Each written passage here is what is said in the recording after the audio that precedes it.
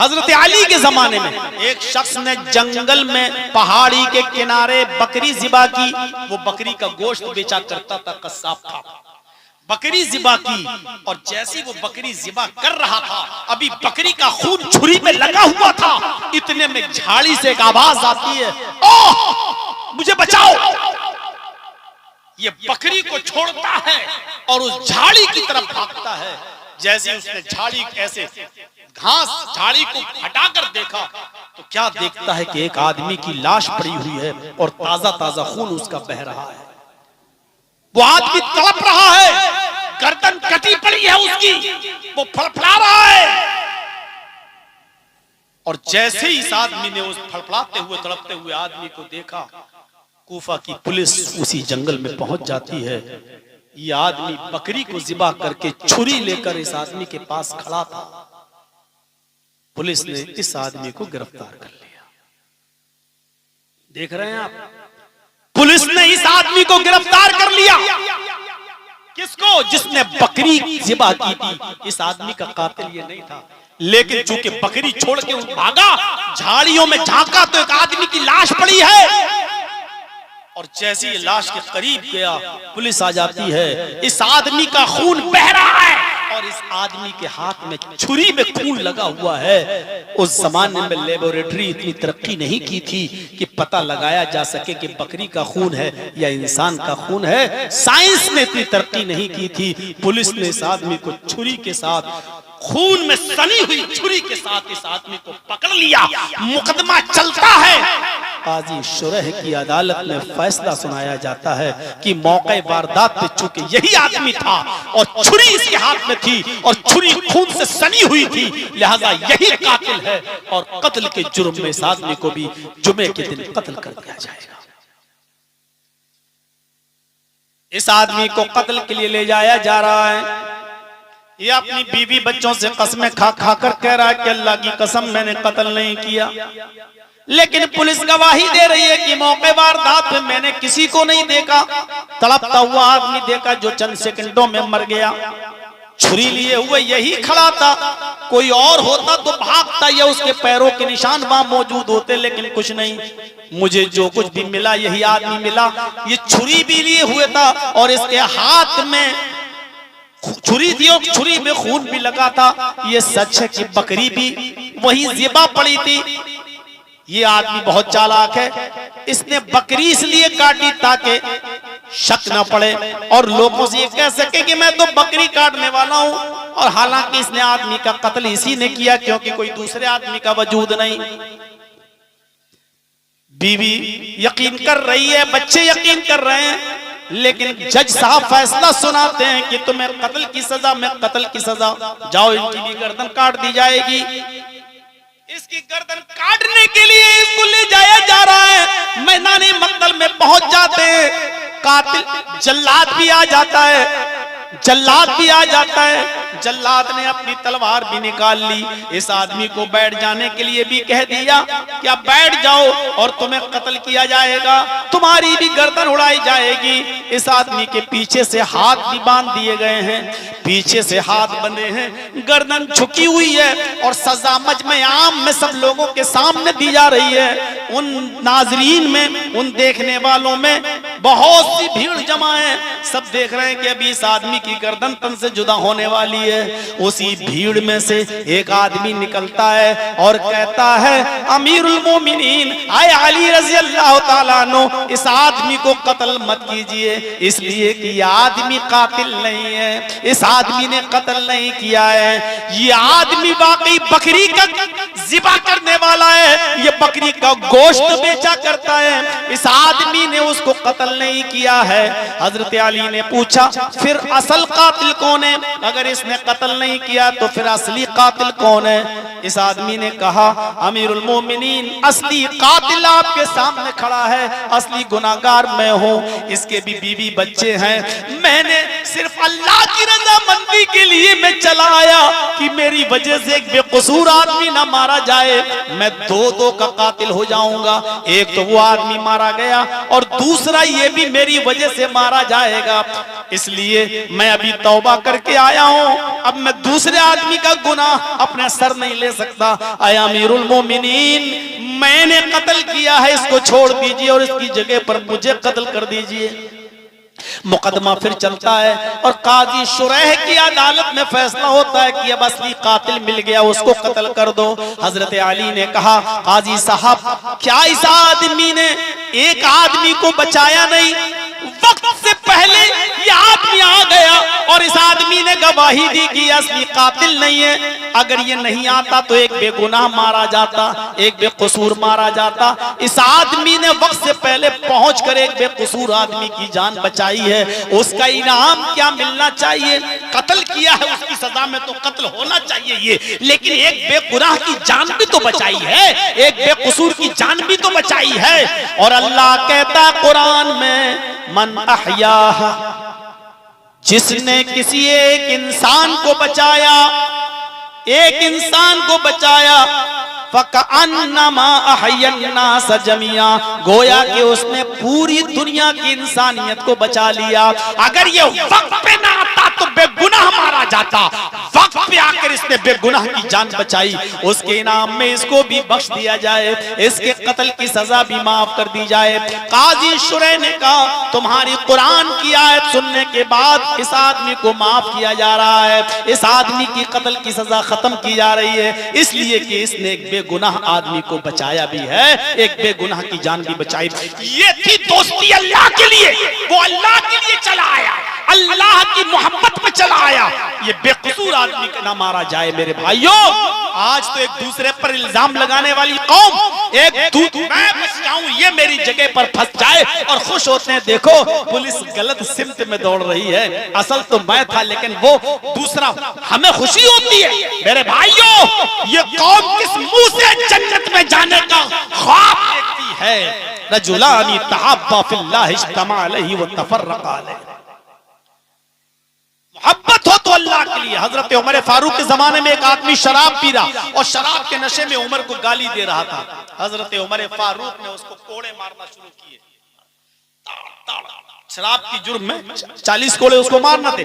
जब कोड़े मारना शुरू किए तो वो और गाली देने लगा हजरत उमर को। शराब पिया तो उमर फारूक ने कोड़े मारे, जब कोड़े मारना शुरू किए तो वो गाली देने लगा उमर फारूक को बुरी बुरी। उमर फारूक ने कहा, छोड़ दो इसको, जाने दो। लोगों ने कहा कि ये तो गाली दे रहा था, आपको तो और मारना चाहिए। कहा, यही तो मैं सोच रहा था कि मैं तो इसको शराब पीने की सजा दे रहा था 40 कोड़े, लेकिन ये मुझे गाली देने लगा, मुझे और गुस्सा आया। अगर इस गुस्से में ये मारा जाता, मैं इसको पीटता तो ये मेरा जाती इंतकाम होता, ये अल्लाह के लिए कहाँ होता। अगर इस गुस्से में मैं मारता तो ये मैं जाती बदला लेता, लिहाजा मैं इसको जाती बदला नहीं लेता, मैं माफ कर रहा हूँ। हजरत उमर फारूक ने उसको, देखिए ये होती है मोहब्बत अल्लाह के लिए कि हम जाती बदला नहीं लेंगे। इसने मुझे गाली दी, अब गुस्सा आया, अब पहले तो ऐसे ऐसे मार रहे थे, अब गुस्से में और तेज मारेंगे, तो ये जाती बदला होता। हजरत उमर ने उसको छोड़ दिया और नजरअंदाज कर दिया।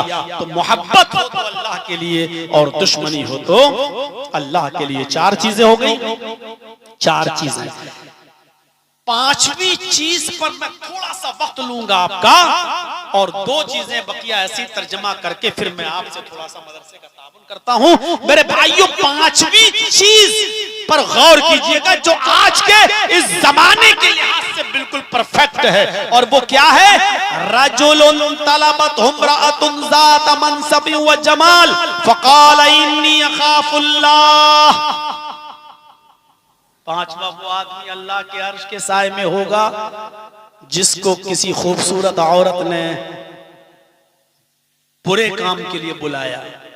तलबतहुम इम्राअतुन ज़ात मनसब व जमाल, बड़े जाहो हशमत वाली औरत ने, हस्बो नसब वाली औरत, बाजारू औरत की बात नहीं हो रही है। ये 200-500 रुपए में अपना जिस्म बेचने वाली औरतों की बात नहीं हो रही है। ज़ात मनसब व जमाल, बहुत खूबसूरत और जाहो हशमत वाली, हस्बो नसब वाली, जिसको हम कह सकते हैं मॉडर्न और परफेक्ट, औरत ने बुरे काम के लिए बुलाया। परफेक्ट का मतलब घर भी उसका मॉडर्न जमाने से लबरेज, टाइम भी है उसके पास, पैसा भी आपको दे रही है, आपकी पांचों उंगलियां घी में सिर्फ आपको बुलाती है अपने मकसद के लिए, और आप उस बड़ी हस्बो नसब वाली स्टैंडर्ड है वो, जिसको हम कह सकते हैं आज के जमाने में स्टैंडर्ड, परफेक्ट, हस्बो नसब वाली, आलीशान और खूबसूरत, पैसों वाली अमीर जादी, एसी रूम में कमरा भी आपको मुहैया, टाइम भी है उसके पास, आपको कोई टेंशन नहीं, सारे टेंशनों को भुला देती है वो, सिर्फ आपसे कह रही है आ जाओ, घर भी मेरा, मकान भी मेरा, टाइम भी मेरा, वक्त भी मेरा, और मैं तुम्हें पैसा भी दूंगी, मैं तुम्हें ये भी खुश भी रखूंगी। ऐसी औरत ने अगर किसी को बुलाया और ये आदमी वहां पहुंच गया, उस औरत की खूबसूरती को देख भी लिया, उसके करीब भी चला गया, लेकिन उसने जब उसको अपने ऊपर माइल किया, अपनी तरफ खींचा, तो इसने कह दिया हट दूर, इन्नी अखाफुल्लाह, मैं तो अल्लाह से डरता हूँ, दूर हट जा मेरे सामने से, मैं ये गलत काम नहीं कर सकता। मौका होने के बाद औरत भी सामने मौजूद हो, लड़की सामने मौजूद हो, और उसके बाद सारे मौके मौजूद हो, सारे आपके पास सारे असबाब मुहैया हो, और उसके बाद कह दो कि मैं अल्लाह से डरता हूं, तो ऐसा आदमी अल्लाह के अर्श के साए में होगा। ये हदीस लड़कियों के लिए भी है कि कोई अमीर लड़का आपको बुलाए, वक्त भी दे रहा हो, पैसा भी दे रहा हो, सब कुछ दे रहा हो, और तुम उस लड़के के करीब जाकर कह दो है अखा इन्नी अखाफुल्लाह, मैं अल्लाह से डरती हूं, तो वो लड़की भी अर्श के साए में होगी, वो औरत भी अर्श के साए में होगी। मेरे भाइयों, तसव्वुर कीजिए ये वाकया क्या बताता है, हमें क्या सिखाता है। इमाम इब्ने सीरीन बहुत बड़े बुजुर्ग गुजरे, कपड़े की गठरी अपने सर पे लाद के बजाजी का काम किया करते थे, गांव गांव जाकर कपड़ा बेचा करते थे। उस एक गांव में एक बेवा औरत रहती थी, बड़ी खूबसूरत थी, उसका शौहर मर चुका था, उसने अपनी नौकरानियां लगा रखी थी कि कोई नौजवान मिले तो उसको मेरे पास लेकर आओ। एक नौकरानी ने, मुलाजिमा ने, बांदी ने उसको बताया एक बहुत खूबसूरत नौजवान है, कपड़े का काम करता है, कपड़ा बेचता है, हम उसको कपड़ा खरीदने के बहाने ले आएंगे, बाकी आप संभाल लेना। कहा ठीक है। ये बुला के लाई इमाम इब्ने सीरीन को और कहा कि मेरी मालिकन है, आपसे कपड़ा खरीदना चाहती हैं, चलिए घर पे। वो घर पे गए, वो अंदर कमरे में ले गई मालिकन, वो बेवा औरत, और कपड़ा दिखाने लगे, ये इतने रुपए मीटर, ये इतना, ये इतने का, ये इतने का, अपना कपड़ा खोलना शुरू कर दिया। और वो औरत दिल लगी की बातें करने लगी, और बहुत ज्यादा वो कहने लगी, अरे सब छोड़िए, आइए मेरे पास आइए, ये सारे कपड़ा हम ले लेंगे, आपको इसकी कीमत दे देंगे, आप आइए पहले इधर आइए। और दिल लगी, अब ये समझ गए कि ये औरत ठीक नहीं है, ये मुझसे गलत काम करवाना चाह रही है।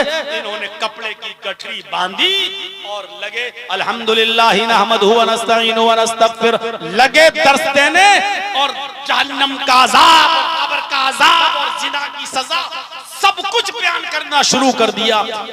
वो औरत सुनती रही, और सुनने के बाद कहने लगी बस हो गया।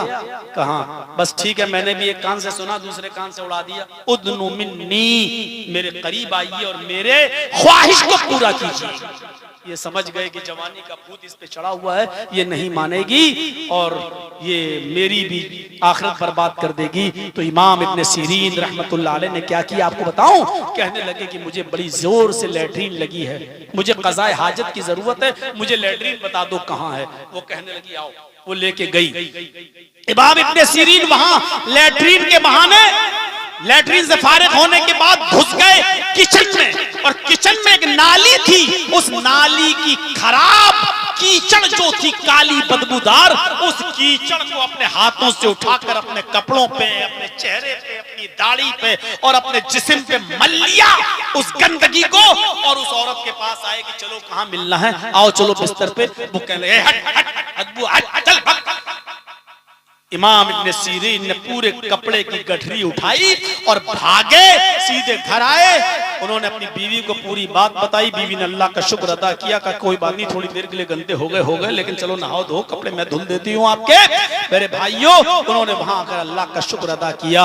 जो अपने आप को जिना से बचाना चाहे तो उसके पास हजारों रास्ते हैं। मेरे भाइयों, बचा सकता है।